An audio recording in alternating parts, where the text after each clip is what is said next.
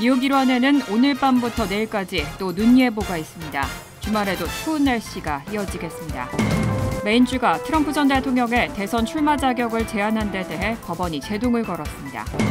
상원이 연방정부의 임시예산 1차 시한을 하루 앞두고 임시예산 추가 연장안을 통과시켰습니다. 재외선거 등록 마감일이 한 달도 남지 않았지만 뉴욕 일원의 신고 신청은 크게 부진한 수준입니다. 이제 뉴저지주에서 메디케이드 승인을 기다리는 시니어들은 요양원이 아닌 자신의 집에서도 케어를 받을 수 있게 됐습니다. 이상은 이 시각 주요 뉴스입니다.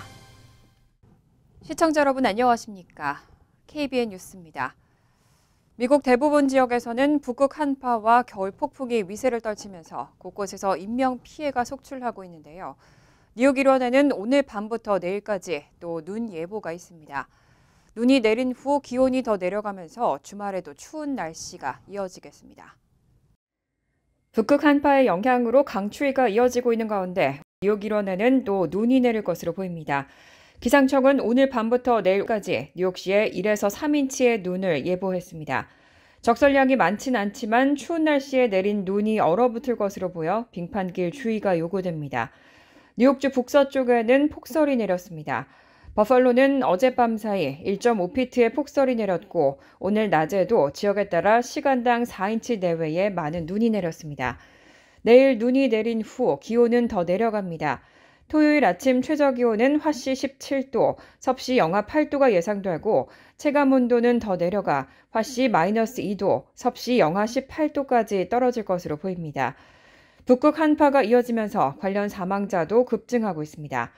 지난 12일부터 닷새간 뉴욕주와 테네시주, 오리건주 등에서 보고된 겨울 폭풍 관련 사망자는 최소 33명에 달합니다. 눈 덮인 도로에서 교통사고로 인한 사망자가 속출했고 대규모 정전 사태로 난방이 끊기면서 추위로 인한 저체온증 사망자도 다수 보고됐습니다. 기상청에 따르면 오늘 로키 산맥과 중부 대평원, 중서부 지역 대부분의 체감 기온은 섭씨 영하 34도를 밑돌았습니다. 시카고는 영하 15도, 디트로이트는 영하 14.4도를 기록해 모두 7.8도를 기록한 알래스카보다 훨씬 더 추웠습니다. 트럼프 전 대통령의 대선 출마를 두고 논쟁이 이어지고 있습니다. 메인주 당국이 트럼프 전 대통령의 대선 출마 자격을 제한한 데 대해 법원이 제동을 걸었습니다. 뉴욕타임스 등 언론 보도에 따르면 메인주 법원은 어제 공화당 대선 경선 투표용지에서 트럼프 전 대통령의 이름을 제외하라는 시에나 벨로스 메인주 국무장관의 결정을 유예했습니다. 미카엘라 머피 판사는 벨로스 장관이 해당 명령을 내릴 당시 불확실한 법적 환경에 직면했었다며 연방 대법원이 어떤 결정을 내리든 판결 효과와 적용을 평가할 기회를 제공받아야 한다고 판시했습니다.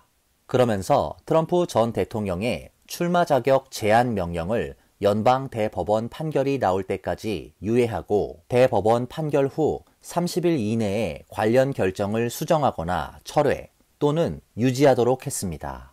앞서 벨로스 장관은 지난달 콜로라도 대법원의 판단을 인용해 메인주에서 트럼프 전 대통령이 경선에 출마할 수 없다고 명령했습니다. 트럼프 전 대통령이 2020년 대선 이후 평화적인 정권 이양을 막기 위해 지지자들을 선동하고 이 과정에서 선거 사기 관련 가짜 뉴스를 사용했기 때문에 대통령직과 메인주 경선에 참여하는 게 부적격하다는 판단입니다.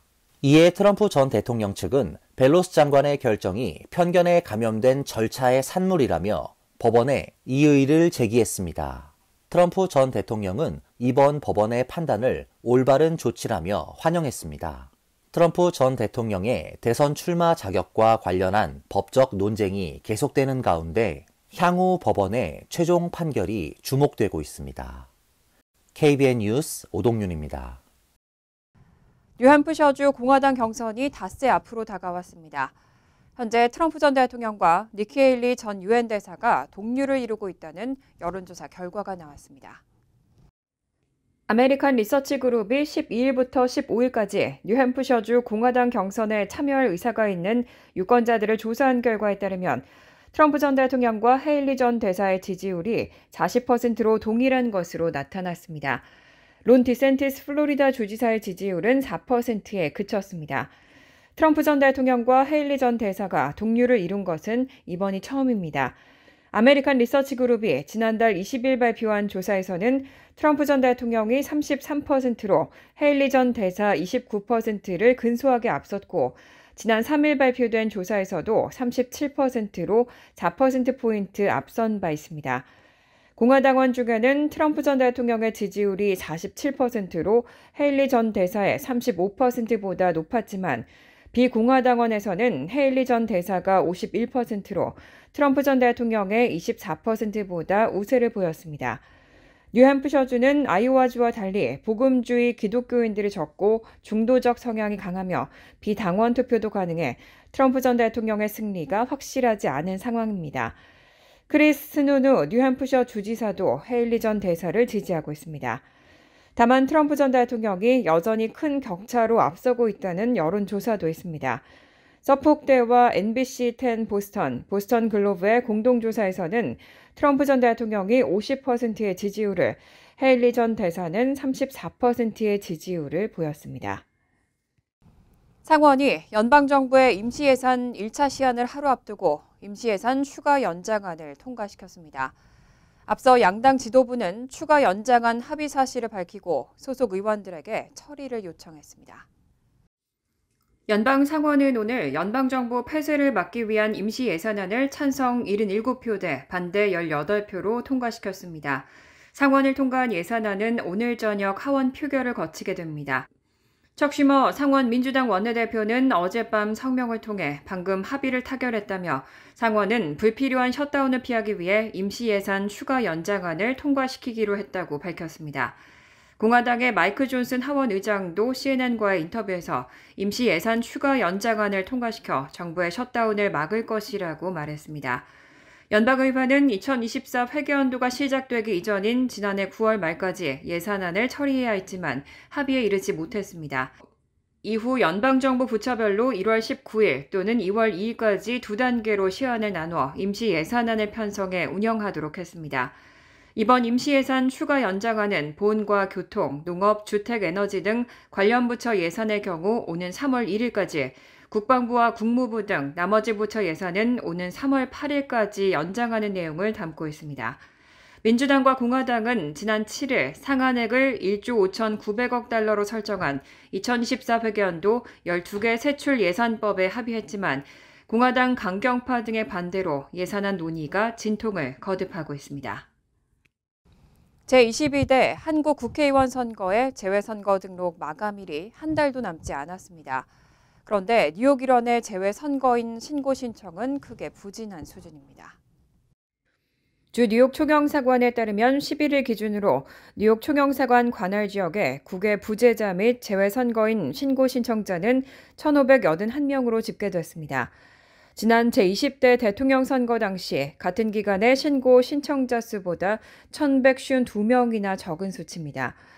뉴욕 총영사관 영구명부에 등재된 유권자 1,825명을 포함하면 신고를 마친 유권자는 총 3,406명으로 추정되는데 총 유권자 수 89,240명 대비 약 3.8%에 해당합니다. 신고 신청자 가운데는 인터넷을 통한 신고 신청자가 1,097명, 69.4%로 가장 많았습니다. 신고 신청은 중앙선거관리위원회 재외선거 웹사이트나 뉴욕 총영사관 방문, 순회 접수처 방문, 전자우편과 우편을 통해 할 수 있고 자세한 일정은 주 뉴욕 총영사관 홈페이지나 재외선거관실을 통해 확인할 수 있습니다. 김희환 주 뉴욕 총영사는 투표는 대한민국 국민으로서 당연히 누려야 하는 권리이자 유권자의 의견을 효과적으로 전달할 수 있는 방법이라며 적극적인 신고 신청을 당부했습니다. 22대 국회의원 투표에 참여하기 위한 국외 부재자 신고 및 재외선거인 등록은 오는 2월 10일까지입니다.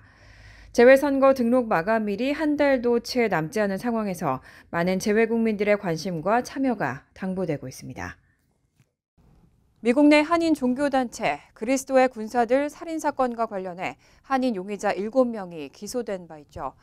그런데 7명 전원이 법정에서 무죄를 주장했습니다. 그리스도의 군사들 살인사건과 관련해 기소된 한인 용의자 7명 전원이 어제 법정에서 무죄를 주장했습니다. 54살 이모 씨와 15살 그의 아들은 어제 조지아주 애틀랜타 귀넷 카운티 고등법원에서 열린 기소 인부 절차에 출석해 자신들이 무죄라고 주장했습니다. 기소 인부 절차는 본격적인 재판에 앞서 판사가 피고인들에게 검찰의 기소 혐의에 대해 인정하는지를 묻는 절차입니다. 나머지 용의자 5명은 법정 출석을 포기하고 무죄 입장을 밝혔습니다.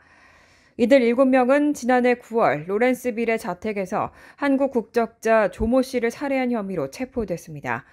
범죄단체 조직과 사체 은닉, 감금 등의 혐의도 받고 있습니다. 검찰은 이들이 로렌스빌의 이 씨 가족 소유 자택에서 조 씨를 감금하고 몇 주간 음식을 주지 않고 폭행해 살해했다고 주장했습니다. 또 조 씨는 영양실조로 사망하고 발견 당시 몸무게가 31kg에 불과했다고 덧붙였습니다. 기소 인부 절차는 끝났지만 아직 정식 재판 날짜는 정해지지 않았습니다. 검찰이 제출한 증거 대부분이 한국어로 되어 있기 때문에 통역 및 번역이 필요한 상황으로 전해졌습니다. 이제 뉴저지주에서 메디케이드 승인을 기다리는 시니어들은 요양원이 아닌 자신의 집에서도 케어를 받을 수 있게 됐습니다. 필 머피 뉴저지 주지사는 지난 16일 메디케이드 적격성 검증 절차를 개선하는 내용을 담은 법안에 서명했습니다. 이 법안은 메디케이드 적격성 검증 절차를 개선하며 추후 적격 여부 판정에 관계없이 메디케이드 자격이 추정되는 모든 개인에게 판정 기간 동안 가정 및 지역사회에 기반을 둔 서비스와 요양원 등을 제공해야 한다고 명시했습니다. 메디케이드 신청 후 적격 판정까지 걸리는 긴 시간 동안 케어를 받기 어려웠던 문제를 해결하기 위한 조치입니다. 머피 주지사는 이외에도 고등학교 졸업 전 연방 학자금 보조 신청서 제출을 의무화하는 법안에도 서명했습니다. 막연한 학비 부담에 대학 진학을 포기하는 일을 막기 위한 방안입니다. 이제 11학년 이상 학생들은 졸업 전 팝사를 제출해야 하고 미작성 시 사유서를 내야 합니다. 올해 굵직한 선거를 앞두고 선거 관련 법들도 대거 개정됐습니다. 이제 무소속 유권자는 예비선거 당일까지 정당에 가입할 수 있습니다. 아울러 청소년 자살 방지 자문위의 보고서 작성 의무화, 청력 보조도구 및 인공와우 건강보험 보장, 마리화나 특별 공무원 지정 등 머피 주지사가 이날 서명한 법안은 총 78개로 뉴저지주의 많은 분야에서 큰 변화가 예상됩니다. 미국인들의 기대 수명은 지난 40년간 30년 가까이 늘어났습니다.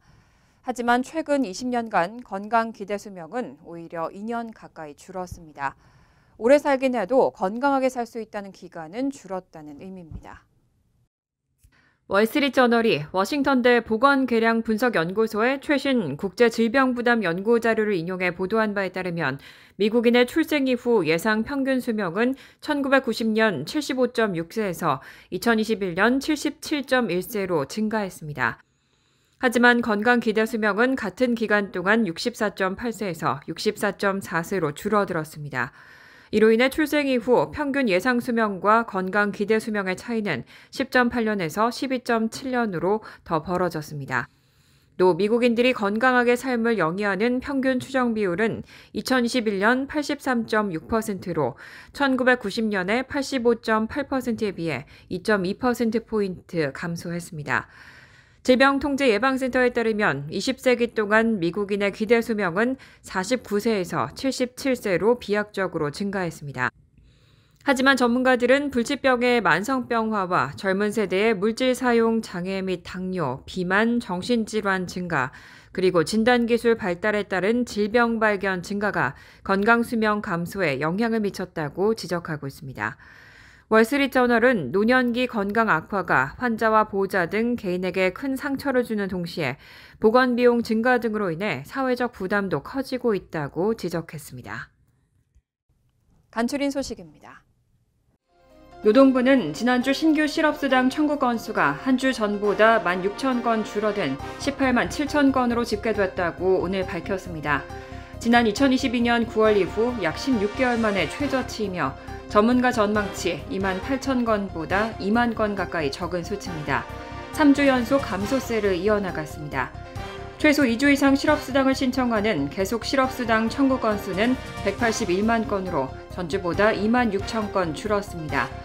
지난해 9월 중순 이후 20만 건 초반에서 등락을 거듭해온 신규 실업수당 청구 건수가 18만 건대로 추가로 하락한 것은 기업들이 노동력을 정리하는 데 신중한 자세를 고수하고 있기 때문으로 보입니다. 일손 부족 현상을 대비해 평소 충분한 노동력을 확보하려는 경향이 대세로 자리를 잡았다는 분석입니다. 뉴저지 한인상록회는 지난 11일 열린 정기총회에서 차영자 현 회장의 연임을 만장일치로 결정했다고 밝혔습니다. 지난 2020년부터 회장을 맡고 있는 차 회장은 앞으로 2년 더 상록회를 이끌게 됐습니다. 뉴저지 한인상록회에서 회장 3연임에 성공한 것은 차 회장이 유일합니다. 차영자 회장은 이제 상록회는 노인 대상 사회복지상담 서비스 제공을 넘어 한인사회의 다양한 문제를 아우르는 역할을 하고 있다며 앞으로 모든 동포들의 쉼터이자 노인들의 편안한 사회적 공간이 될 상록회 회관 마련에 힘쓰겠다고 밝혔습니다. 상록회는 이날 정기총회에서 신임 이사장으로 김상수 이사를 선임했습니다. 한국관세청은 어제 2024년 제1차 마약밀수 특별대책 추진단 회의를 열고 지난해 단속 실적을 발표했습니다. 국가별 마약 밀반입 적발 건수를 보면 미국이 213건으로 가장 많고 태국 101건, 독일 44건 등의 순입니다. 경로별로는 국제 우편을 통한 밀수가 328건으로 가장 많고 특송화물 194건, 여행자 177건 등이 뒤를 이었습니다. 특히 여행자를 통한 밀수는 1년 전보다 적발 중량이 310% 늘었는데 이는 엔데믹에 따른 것으로 풀이됩니다. 품목별로는 필로폰이 155건, 마리화나 212건, 케타민 69건 등입니다. 메트로폴리탄 교통공사는 통신 기반 열차 제어, 자동화 신호 시스템 등 노후화된 시스템을 개선하기 위해 오는 6월부터 브루클린 일대의 일부 G 노선을 폐쇄하는 방안을 검토하고 있다고 밝혔습니다. 해당 구간은 코트스퀘어, 그린포인트 애비뉴, 코트스퀘어, 베드포드 노스트랜드, 호이트 세르머운 등으로 6월 28일부터 9월 초까지 짧게는 일주일에서 길게는 한 달여 동안 운행이 중단됩니다. MTA 대변인은 아직은 제한 수준이라며 G 노선 인근 커뮤니티와 소통을 계속해 나가겠다고 밝혔습니다. 환율과 증권 소식입니다.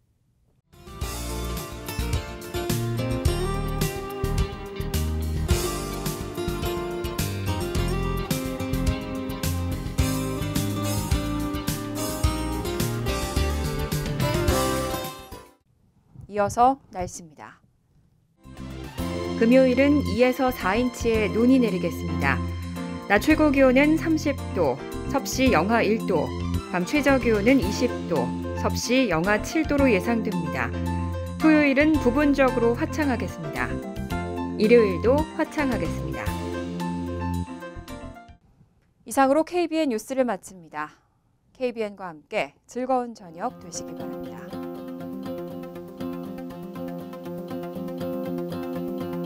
미 동부 최대 한인방송 KBN이 제작하는 KBN 뉴스는 웹사이트 mykbn.com 그리고 유튜브와 페이스북에서 다시 보실 수 있습니다. 좋아요, 구독, 알림 설정은 뉴스 제작에 큰 도움이 됩니다.